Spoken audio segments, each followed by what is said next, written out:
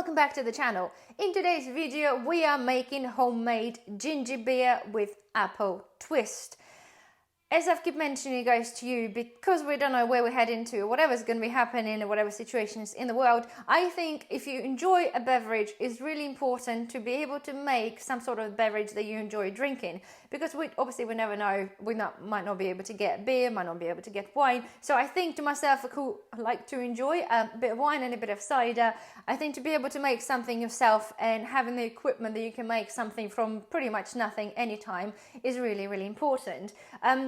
We've been doing the home brewing stuff for the past probably 8 to 10 years.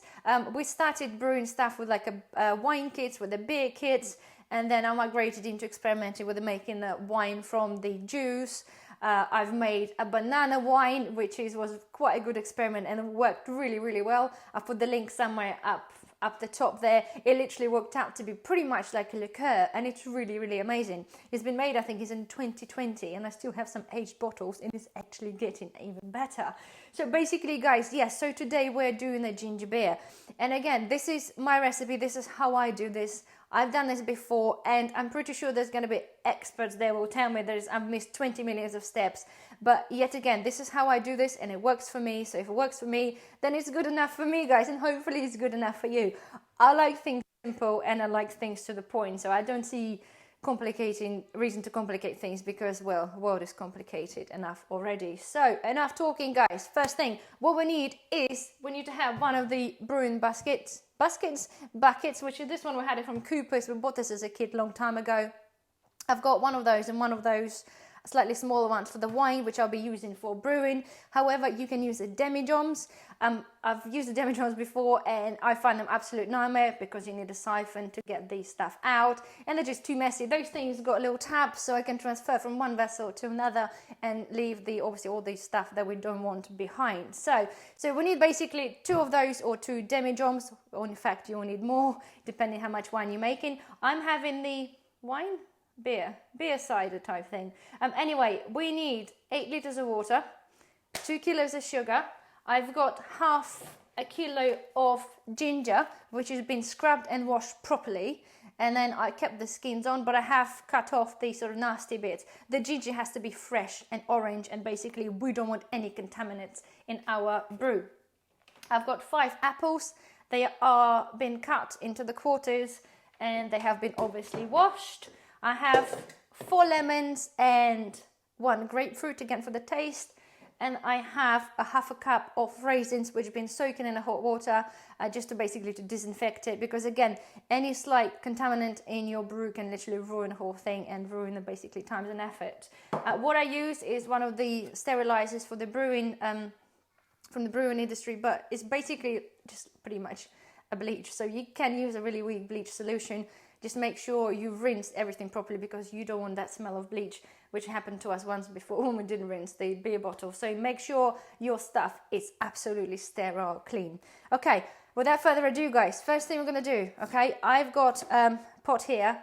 And first thing we're going to do, I'm going to start dissolving the sugar in a water. And whilst it's dissolving, I'm going to make process the ginger through the food processor to basically get the maximum amount of juice out of it. So we've got 2 liters of water. You can use tap water if you want to. I don't suggest that you do because, well, unless your tap water is really good.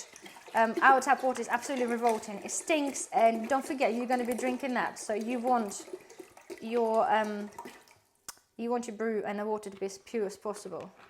And I will be keeping those bottles for storing. Right, let's put this on. Okay, let's get it boiling, and I'm gonna add on sugar. Because obviously, guys, like sometimes some people have like a massive pots, but none of us really in UK can probably get them, not that big anyway. So I'll do that slowly. Get this in. Make sure even your spoons are sterilized. It's really important.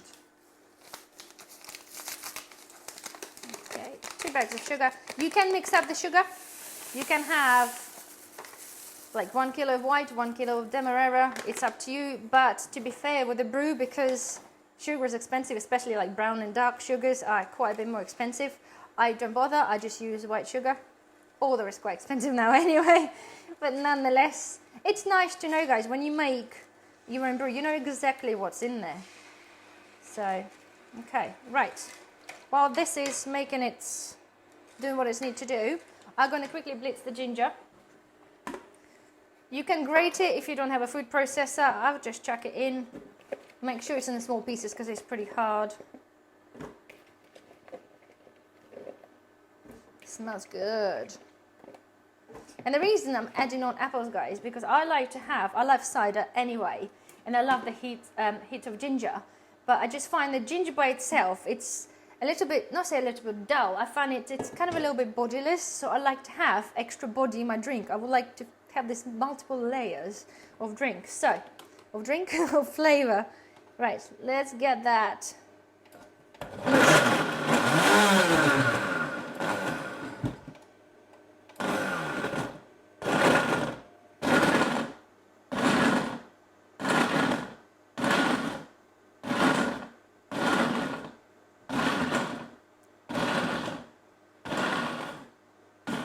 Okay, first batch done.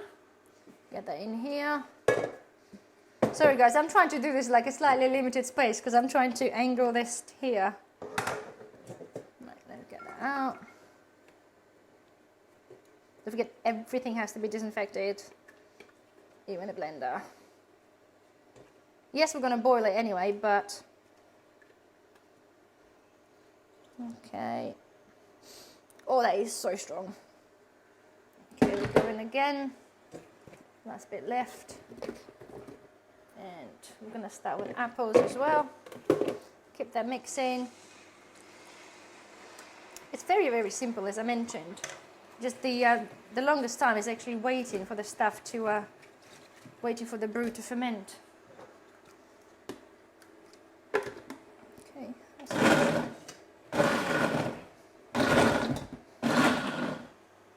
What is it with the people when they do the blender? And I do this all the time. I have the ice crush function, which it does the pulsate, and it's still the need to shake the blender. It's really strange. I never understood this. I hated doing it, but I'm just doing it as a habit. I don't know why.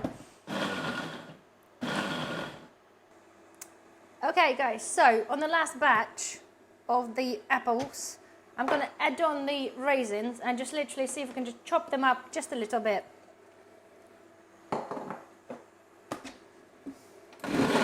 Okay, so that is done. We're going to now get this out into the bowl. I can smell the apple and the lemon more so than I can smell ginger in this one. Okay. And yes, guys, we didn't get rid of the apple pips or anything. It's all there. It all helps. Okay, put this aside. Sorry, I've just put it to the back. Okay, so we have our puree. So the water is getting there.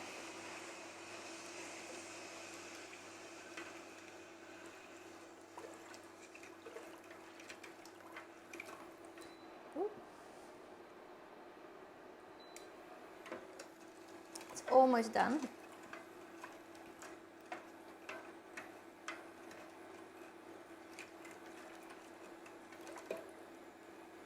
Okay, so the next step, we're going to put our puree into the sugary water.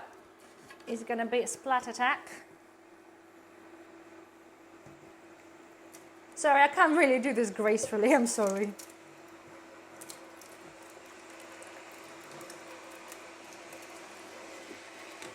Here we are. Oh, it wasn't too bad. Okay, scrape every bit out.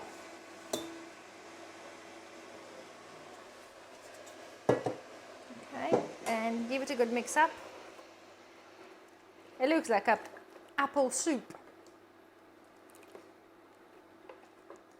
Okay, and now we're going to leave that for 15 minutes to cook through, okay? Hi guys, so we have boiled the mixture for about 15 minutes And whilst it was boiling, I have put my 5 grams of yeast, and I've used the cider yeast. You can use a champagne yeast, and you could possibly use a normal yeast, but I really wouldn't suggest that. Just use one of the either cider or the champagne. So 5 grams, and of course some of them it tells you on a packet how much to use per how many. This one is basically 5 grams up to 24 liters. We only do 8 liters, so that's absolutely fine. So I have put in a slightly warm water. Never put boiling water into the yeast because you will kill it. Just let it basically just dilute a little bit before pouring it in there. And basically the next really messy and hard step to do is to pour all of the stuff into the our brew bucket. Okay, I'm gonna start because this is quite hot, and we want really the optimal temperature before putting the yeast into the bucket here is to be between 18 and 22. So rather than me putting the hot one straight in there, I'm gonna put 2 liters of water, just basically just to save the plastic from shock. It's not gonna melt, but I just want to be sure. So I'm gonna put 2 liters in. Oh, squashed it too much.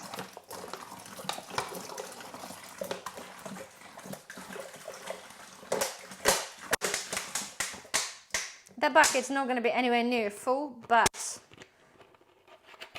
it is a batch for the video, so I might put another one in actually, guys, first. It doesn't really matter which way you do it. Obviously, if you put this in a demi-john, you have to add on all the liquid and mix it together, so for demi-johns. That's why I prefer using the big ones. It's plenty of head space for the fermentation. This one comes with a little scum lid. Basically, it collects all the scummy stuff, all the foam that you don't want in your brew. Okay, so let's put this in there now. It is warm, so it's going to be messy, I'm afraid. Okay, I do apologize for the splattering sounds. It's difficult to do, and it's really tall as well. Right, hold on. Excuse it. I need to wear goggles with that.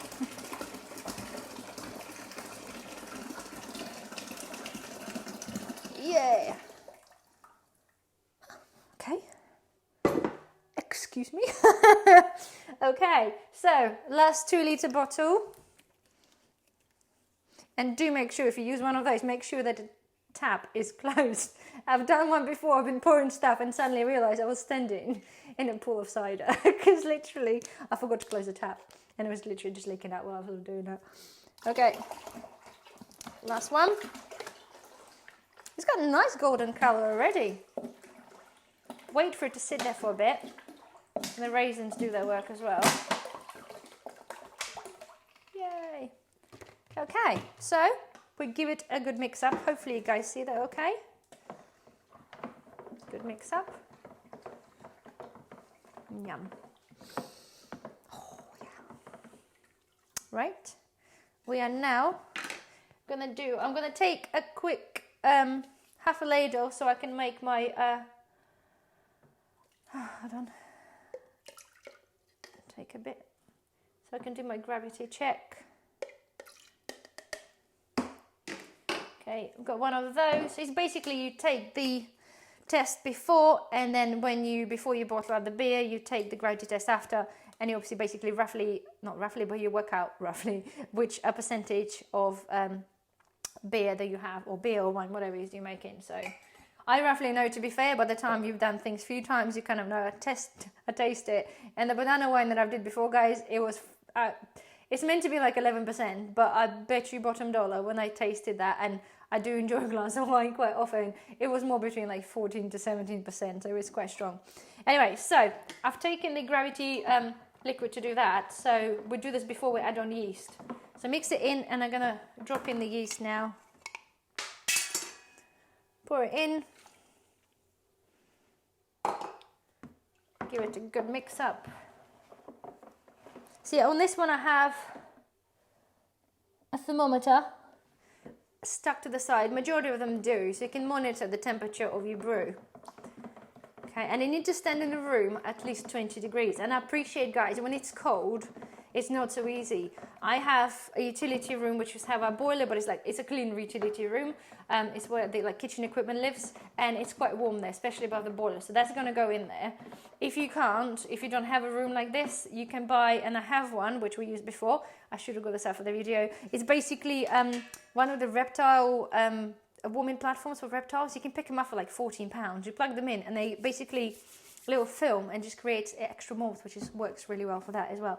But we are on, it's 20, I think it's about 22. Sorry guys, the light is blinding me. So next thing we're going to do is I'm going to put the little scummy thing on. It's basically, as I said to you, keeps the scum off. So when the stuff bubbles, if it bubbles high enough, all the dirt and stuff settles on the outskirts, so you can just take it off and put the lid back on. Right, so lid goes on. Yes, you ask about airlock. I didn't find a group or device named Knickers. Did you just say knickers? I didn't say anything about knickers. Alexa, shut up. That's naughty. Anyway, knickers. Sorry. Couldn't make this up, could you, really? Anyway, sorry. Some of you might wonder, there's no airlock. I don't know, but to be fair, we've been using this Cooper basket, keep saying this, the Cooper's brewing bucket for years, and I don't know, it just works. The little thing, it gives it an option for it to raise up to let the oxygen, let the basically carbon dioxide out when it's ferments, but we never had an issue. So I'm using this. And on the second fermentation, I put the airlock in my smaller bucket anyway. So there we are now. So it's going to go into the warm room for, well, anything between 2 to 4 weeks. It all depends. For the first couple of days, it's going to ferment like crazy. Your house might stink like a brewery. However, well, that's what it is. I don't mind the smell anyway. So I'm going to check up on this in probably a week, and we'll see what's happening, okay? Hi guys, sorry, silly trick here. Forgot to put the lemon juice. It meant to go last minute, okay? So I just totally forgot. So we've got, if you remember, I had 4 lemons and 1 grapefruit. So all I'm going to do is just squeeze on the juice. Doesn't matter if you get pips in there. Squeeze it in. I can't believe I forgot. It's like a bright yellow dish staring at me with all those lemons. And Mummy forgot. Okay. I hate that when it happens, sorry. And the reason, sorry guys, the reason I'm using the grapefruit is just to give that little bit of bitterness. You know, grapefruit gives this, so the ginger already has that sort of bitterness and a bit of a burn in your mouth. Well, grapefruit just gives it just extra bit of, bitterness really. It's another depth. Make sure you do wash your hands before you do though. Okay. And last one.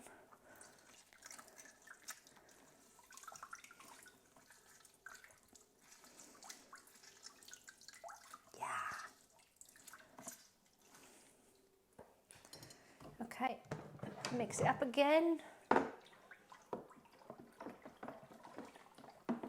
Okay, and now it can go in. Okay, so I'll see you in about a week. So guys, I have left my ginger beer, and I did say earlier I would leave this for a week, but I kind of a little bit forgotten and I have left it for 2 weeks. So nonetheless, you can see now what started to happen after the initial first step fermentation. Things have risen up and then now started to go down, which is a really good sign. I have done my hydrometer reading, and you would not believe this. After 2 weeks, this now reads at about 10%. So 10% is pretty strong. I have used a cider yeast. Was it cider yeast I used? Yeah. And I'm actually very surprised that after 2 weeks that it's actually produced quite a strong percentage. I have put quite a lot of sugar, and initially I've tasted this after a week and it was really sweet, and I thought, oh, this is really nice, really summer fresh little drink. And of course left it for another week. The sugar is totally gone, so it's very hard in terms of alcohol, but it's got really nice strong ginger flavor. So what I'm gonna do basically as the next step now is to, like I told you, transfer this to my other fermentation jug with the airlock, and I'm probably going to leave it, keep an eye on this and leave it for another probably couple of weeks. My idea is I want this to totally clear, so I'm going to strain and leave all the all the pieces of ginger behind, and they're going to have pretty much a clear solution going back into here with the airlock. If you're wondering, guys, why is it that I have such a big bucket for such a little volume? It's purely, I've done this before, I'm just doing this for the video, and all the ginger beer is nice. I much prefer drinking a cider or wine, which I have a lot of it brewing at the moment. So, but anyway, so as I said, I'm going to transfer this into here and leave all the scum behind and leave it for another couple of weeks, and then we're going to taste it again. We're going to do hydrometer hydrometer readings a couple of times to make sure it's stable, and then I'm going to bottle it. But anyway, first things first, I just want to get this transferred. I've got the tap, and that's why I said to you guys, the beauty of having, sorry, I should have pointed towards you anyway, I don't want to disturb this too much, but the reason I love those buckets, guys, rather than the demijohns, because I can basically open the tap, I have a like little attachment, and I can basically pour the stuff from bucket to bucket or bottle it. It's just so much easier, this siphoning stuff out. So I'm going to do this quickly off the camera, and I'll see you in a second. So guys, here we are. I've strained all the stuff. So to be fair, I have about 2 liters of sort of ginger and obviously a little bit liquid left. You can push this a little bit further because I don't want to have there's a lot of yeast settled at the bottom, and it's the perfect way to, if you wanted to continue with the brewing another batch, you can reuse this yeast called the ginger bug, and it basically will create your next batch really soon because it's already kind of bacteria there ready to go. However, I don't really want to contaminate this any further. I want to speed up the process. So 2 liters wasted. Unfortunately, it's not really a big deal. As I said, you could continue, you could pour a little bit more through, put it through, it will be a bit more cloudier, but I choose not to do that. Anyway, so basically that's what we have left. So if I put this aside here, so yes, so we've got technically about 6 liters of this lovely golden liquid. Smells absolutely amazing. So what I'm going to do next, I'm going to put the lid on it, I'm going to put the airlock on, and we're going to leave this for another 2 weeks, and I'm going to make sure that it's 100% stopped fermenting. I will check the gravity a couple of times. I don't think we're going to go past the 10% because I think it's pretty much ready. However, just to be on the safe side, I will leave it for the 2 weeks, and we'll see you then. So guys, I have waited another 3 days. Literally, this is as long as it took for it to be totally flat. I know a lot of people prefer, and I've seen some videos before, that people enjoy drinking their ginger beer whilst it's still fizzing, so slightly fermenting.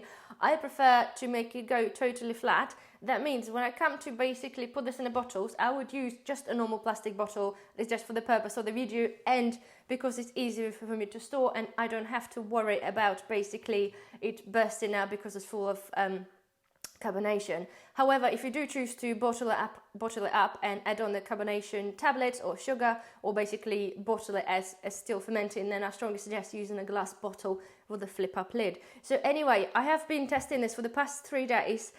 There's no air bubbles whatsoever. It's totally flat.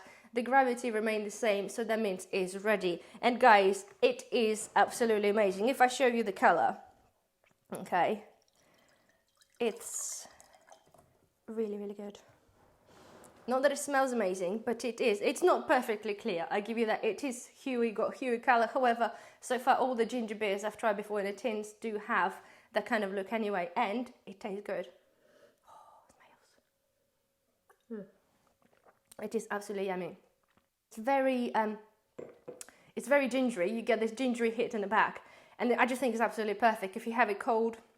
Fizzy or not fizzy, it's actually absolutely brilliant. So I'm gonna bottle this up in a minute, and then I'll catch you in a second. So guys, here we are. This is what we have in the end. I know, very classy Ice Valley plastic bottles. The reason, guys, I told you, first of all, it's not going to last that long anyway because I only made a small batch. Second, as I said, because it's in the plastic, although it has stopped fermenting, you still, every time you bottle it, still leave enough space. So if for some reason it decides to start fermenting again for whatever reason, you have a little bit of space there to be able to cater for that. The same thing applies with the glass bottle here. I did put 2 carbonation tablets as per Cooper's thing. So for 700 ml bottle, you have to put 2 tablets. You can use a brewing sugar, but tablets are a little bit easier. But as I said, because when you put the tablets, you have to keep them in the glass bottles. They're not particularly that cheap, to be fair, and I don't think it's particularly necessary, but it's really down to the personal choice. All you got to do is to let this beer condition for 2 weeks for the optimal result. It'll clear a little bit more. Obviously, you'll have a little bit of sediment left at the bottom. However, as it stands right now, it's absolutely perfect to drink now. So the total result of the volume or percentage is 10.5%, which I think is really good for ginger beer, considering I'm actually using a cider yeast. So it is very dry, but it's really full of flavour. So if you enjoy having it dry, then it's absolutely fine. Have it fizzy or non-fizzy is actually quite nice, not fizzy. Then just enjoy it as it is. I like it, to be fair. I've got some ginger simple syrup that I made with ginger. So I enjoy to have a little bit of simple syrup, a little bit of this, and then put this to the soda stream. So it's another alternative, guys, for you if you potentially weren't sure whether you're going to like it fizzy or not. If you have a soda stream, you can try it this way. It creates slightly smaller bubbles than the Cooper's little tablet. So all in all, guys, I've done this recipe before, and I normally do this in the summer because it's really, really nice. You can make so much, whether you can make like a punch, summer punch, using a ginger beer. It's so good, and it only took just over 3 weeks. So if you think about it, it is kind of cost effective. If you buy the cheap water, a little bit of ginger and sugar, it's really, really good. So anyway, guys, well, cheers. I hope you enjoyed the recipe, and I'll see you in the next video. Bye bye.